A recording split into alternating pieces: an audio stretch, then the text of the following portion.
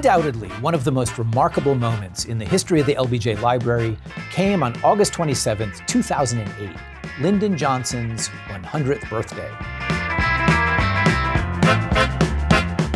Plans for that day were appropriately ambitious to remember a man who exuded so much energy and was so often the life of the party.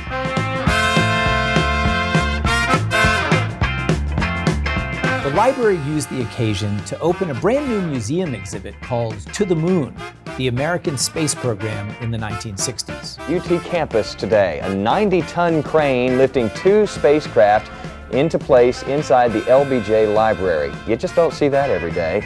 We hosted dignitaries, including the Johnson family, leaders of the University of Texas, and several former directors of the Johnson Space Center in Houston. We were even joined by the astronauts aboard the International Space Station. It's our hope that everyone who visits your museum will understand how far we've come since those early days of the American and Soviet space race. As we stand on the brink of a new era of exploration and a return to the moon, the legacy of Lyndon B. Johnson, his vision of reaching new worlds, and his commitment to the peaceful use of outer space will continue to impact exploration for decades to come. Back on Earth, we promised to put on a Texas-sized barbecue open to the community under a tent outside the library building.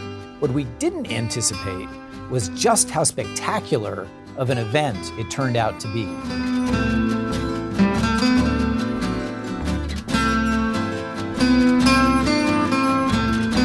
Betty Sue Flowers was the director of the LBJ Library at that time.